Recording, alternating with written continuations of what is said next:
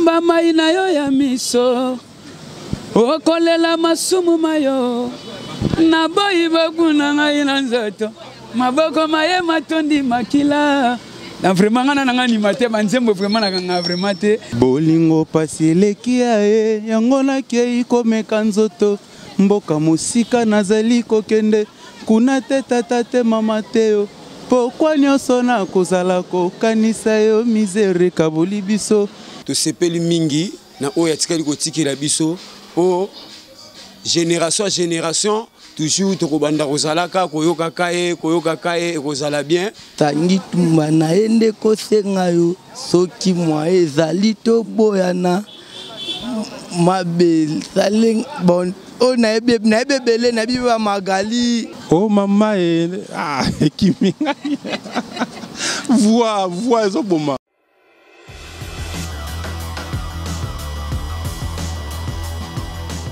Ah oui, le plaisir pour moi de savoir, très nombreux à suivre. Toujours Sal News TV, mon bébé Asika, de Christelle Arose, Mamoun Ranoum de la presse congolaise, que je dis merci. Merci, un grand merci à celui qui est derrière la caméra, Air Max, merci à toi. Merci aussi à Papine Zola Meso, merci à Rokarmi ici. Aujourd'hui, Tokiti Bongo, na commune, il y a Kauka, Toeko Solola, Nabana Kauka, par rapport à notre poète. Lutumba Simaro, tu es qu'on rendre hommage Nabana Kauka Lelo, tous avons interview, naba réaction, il y a population par rapport à Liwanae et puis on se retrouve juste après. C'est parti. Bonjour mon frère. Si bonjour. Bonne santé. Kimia Venezali. Combo. Comment on a fini ko makilo? Oye ba ki papa Lutumba. Na eba papa Lutumba. Papa Lutumba azanani. Bon, aza papa moko azaki grand chanteur na Congo. Aza vena papa oto ebe na za chanteur moko munene a composer pe belé bon. Atiki biso réaction na ezaki ni tango ki papa Lutumba za souté akufi réaction ezaki. C'est bon, et ça là nga na souci. Et ça là nga na passeport na za vena nazala kité. Nazala ki mo libanda maintenant on a yaki na lamuki nde wa mwasi na ki ka ko bisanga te artiste mo akufi. Tellement za leki ya muke a moi bana papa nani papa Lutumba. Ezaki te mesala yenga vena souci makasi. Oyebi manzema papa Lutumba. Bon na yebi ba o apesa pe batu. Ko embele biso mwa morceau muke ya papa Lutumba o. Bon. Mabele o mabele to bwakela kasoi mabele o mabele boya ka ebembete mabele o mabele kunda kabosoto kona biso mabele o. Merci beaucoup.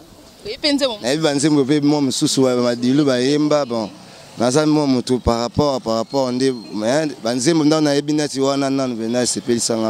merci beaucoup. Bonjour papa. Bonjour.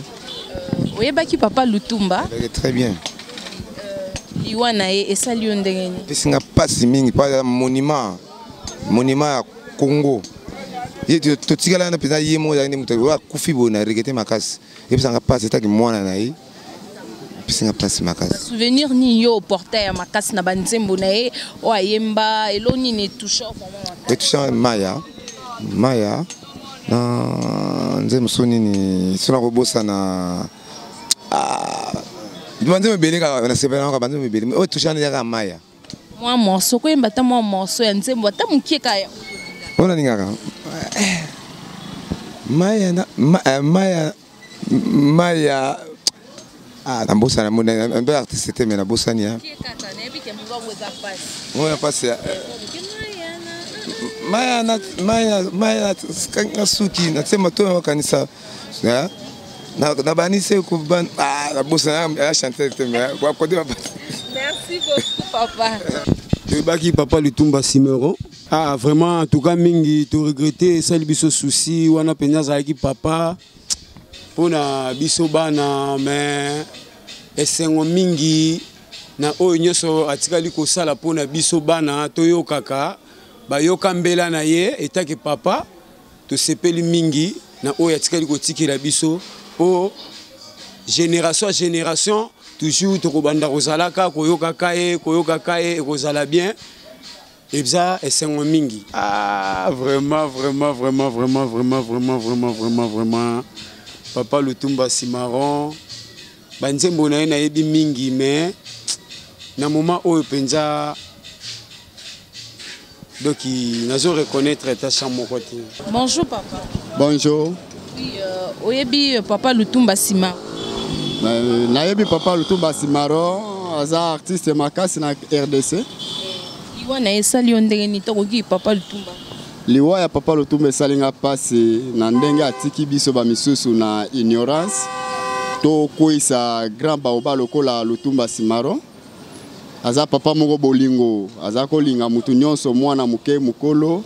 Epesi biso passe surtout biso bana mumbele, bana yolo, bana kauka esali biso passe. Yebaki banzembo Papa Lutumba. Bon, na yebi banzembo na ye mwa mingi oyo epesanga pe mwa esengo na motema marge ke ba titre nango ebosani nga na motema. Bata mwa muki ata mwa référence. Bon, ba référence eza nango bon na komeka ko réfléchir. Lokola banzembo na ye lokola nzembo nini. Nzembo nini oyo komona ke bon lokola posa ya mokili oyo aza kosalela biso vraiment esalaka plaisir na banzembo na ye na oyo aza koyemba oyo aza kopesa ba conseil na ba jeune garçon ba jeune fille esalaka plaisir. Koyemba oyeboyemba. Na yebi koyemba te. Merci beaucoup. Bonjour papa. Ah bonjour maman. Papa Lutumba Cimarron. Oui, na yebaki Papa Lutumba Cimarron aza musicien munene na kati ya mboka na biso. Iwa na ye koyoka ye akufi na musique. Bon, en tout cas, to perdre mutu moko boye oyo na yebite so to ko remplacer lisusu. Donc eza final lokola grand baoba o nde to bungisi. Sagesse na ye, maloba na ye, en tout cas azaki unique na genre na ye. Donc en tout cas eza souci munene. Nzembo ni ebande ko sepelisa o so ki nzembo wana esala ko bien un morceau ou bien titre nzembo Papa Lutumba o bande donc banzembo Papa Lutumba yembaki eza ebele donc na kotanga tandeti ba maya ba mabele ba o ba imara na pepe kale oyo donc banzembo eza ebele morceau ko yemba ta mo. Ah, oh maman kimi voix eso boma. Okay, merci beaucoup. Merci. Bonjour Yaya. Bonjour maman. Oui, bah Papa Lutumba Cimarron. Na be Papa Lutumba wa ya papa biso tande koko na biso. Ko biso to botami to kutie. Na ebe na surtout mimi na linga banzembo na ye makasi vraiment. Nzembo ni. Ndeti sangi Yemba ta mo ke mo morceau.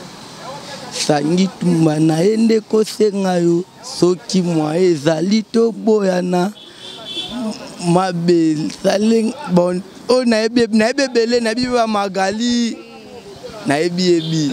Okay, merci beaucoup Yaya. Bonjour papa. Bonjour maman. Bonne santé. Santé kitoko makasi vraiment makasi ya osakana te. C'est présenté aux téléspectateurs non soba Hollanda yo. Ngai comme on a ciseau animateur ya Cap Musique. Il y a Cappuccino les Boga. Nous t'avons qui y a de. Tu as un siège. Tu as un siège, tu as un rep en coulisses lélo. L'animateur au Bolanda, on a boire Katanga, boire Yadona. Yéyo. Vraiment, vraiment, on a pas si non non mbote, on a pas si peu leader au taille non mbote vraiment. N'andenge moi ya bien maman. Oui, oui, Papa Lutumba. On a bengue papa te menga na zasu kokolilo. Donc kokolilo. Donc père on a salé belé na kati ya mboka oyo. Donc akufi twana matanga na kati ya mboka nzamba bateka kota zali dande ba le ya nzembo oyo yebi ya Papa Lutumba parce que za musicien na yebi ko frapper fort ko le kabadnya so ba le kalanzela o ba yebi ba nzembo bazo hésiter mais en tant que musicien en passant to leki liboso ya espace Barcelone place président Le Bogar Cappuccino a répétaka vraiment pour un chant vraiment un animateur ba comprendre quand on yemba côté na osuka kaka bomba mai na yo ya miso okolela masumu mayo na boyi bakuna ngai na nzoto maboko maye matondi makila na vraiment ngana nanga ni mate banzembo vraiment na kanga vraiment te nzamba bataka papa Lutumba onenge zalaka papa Nzambe na likolo obatelaka papa Lutumba avant de sika moko na Simon Pierre amelaka café na abetaka nzango na Maria mami ezaka ne bongo chef nanga pe yona leka Beckham mokonzi Beckham yona so leka ye wana vraiment na sika wana vraiment merci beaucoup. Merci, bonjour Yaya. Ouais, bonjour. Et puis bonjour, on a fidèle internet, tout bon, on a biso vraiment des alakaka. Puis bonjour, on a vraiment. Ça, on a matanga na mode musical na biso, tu veux que tu perds un poète, au babini na combo ya papa Lutumba Simaro, réaction na yo na liona isa. Donc on a ça bien na bengi papa tu ça koko na biso. Aza po na nga bota kokolo. Ça dit ça papa ou apesa nzela, no moni le lopé. Biso topé ça quand nzela les alakaka. Donc paix à son âme. Papa Lutumba koto zali vraiment paiement na kimia père na biso. Pour pesa kinzela tala lelo. Et boti ba koko na ba kokolo, donc voilà quoi. Oui, mon morceau y a moi en tant que musicien, le quand on boit ba musicien le bogar cappuccino, on a dit que faut boyemba mon morceau pour na honorer papa kokolo le quand de bobenga papa Lutumba. Ah ouais.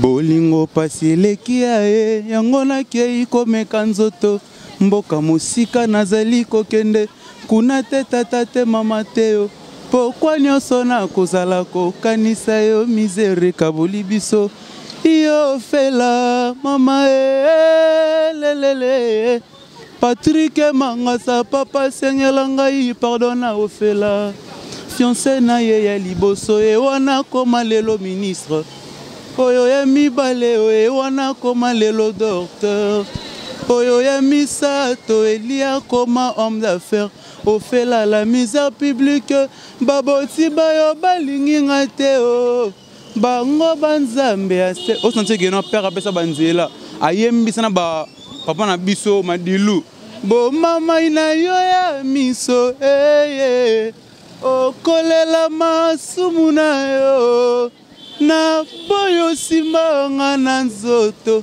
maboko na yo matoni makila ya motema na ngai ozokisi ochubinga nelikonga kende basukola yo maboko epai ya sango na obenite o mama c'est que non pas comprendre que non pour père d'ailleurs déjà donc rien à dire n'en profiter n'a pas ça bambote n'a vraiment na fleuri c'est depuis Paris na moni aussi de Bazaba Claude Zangabi Milko Sarkozy Percy Makila donc Claude Zangabi force tranquille l'homme fort. Merci vraiment. Merci beaucoup. Moi, des réactions, il y a des musiciens, il y a le bogar cappuccino. Comprenez-nous tous, en coïncidence parce que tous en a yolo, hein, les lots, tokiti mingi bakoto, hein, exact coïncidence. Et ça les mique. Honorer notre poète, papa Lutumba Simaro. Merci Nabaïnia Sobozaki et Belé pour nous Hollande Abisso toujours de partout dans le monde entier. Merci le temps tous à programme il y a deuil et puis de rediffuser bino toujours à ONAC News TV. Merci Bozaki et Belé vraiment pour nous Hollande Abisso de partout dans le monde entier. Merci à Christelle Larose Mamou, l'irandub de la presse congolaise, Babi Mamoucha. Merci à toi. Babi, mes condoléances à toi, Junior Dao. Notre frère, mes condoléances à toi, Junior Dao. Nous sommes de cœur avec toi, mon frère Nzamba Zalanayo. Merci à Rokarmier ici, merci à vous tous. Merci à Max pour les images et également à Gola Mayala. On se retrouve à la prochaine numéro de notre émission. Bye bye.